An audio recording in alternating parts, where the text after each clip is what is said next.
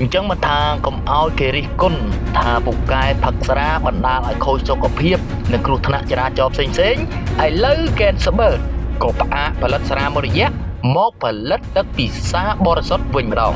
ហើយចង់សួរថាតើបងអ្នកផឹកទាំងឡាយមានអារម្មណ៍យ៉ាងណា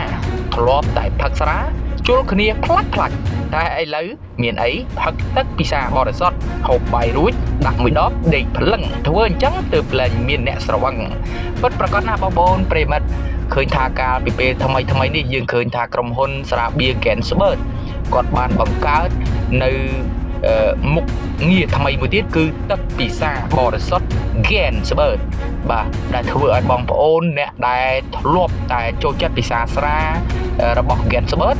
មានការភ្ញាក់ផ្អើលជាខ្លាំងក្រោយពីឃើញថាក្រុមហ៊ុនបានបង្កើតនៅទឹកពិសាបរិសុទ្ធ Gansbird នេះមកយើងធ្លាប់ឃើញតែថាស្រាបៀរកម្ពុជាគឺមានទាំងស្រាបៀរមានទាំងទឹកពិសាបរិសុទ្ធឥឡូវនេះគឺ Gansbird បានបង្កើតដូចគ្នាហើយមានទាំងស្រាមានទាំងទឹកពិសាបរិសុទ្ធដូចគ្នាផងដែរបងប្អូនប្រិយមិត្តពិសាដោយការទទួលខុសត្រូវបើស្រវឹងសុំកុំបើកបរហើយបើមានទឹកពិសាបរិសុទ្ធដូចជា Gansbird ដូចជាកម្ពុជានេះហើយគួរណាតែកាត់បន្ថយ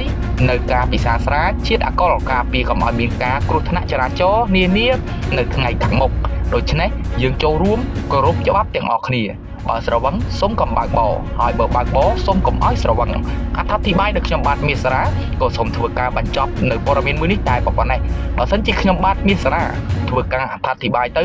មានត្រង់ចំណុចប្រការណាមួយលើសលួសខ្វះខាតត្រង់ចំណុចប្រការណាមួយក៏សូមខន្តីនិងអភ័យទោសអត្ថាធិប្បាយដោយខ្ញុំបាទមាសសារាក៏សូមអរគុណនិងសូមគោរពលា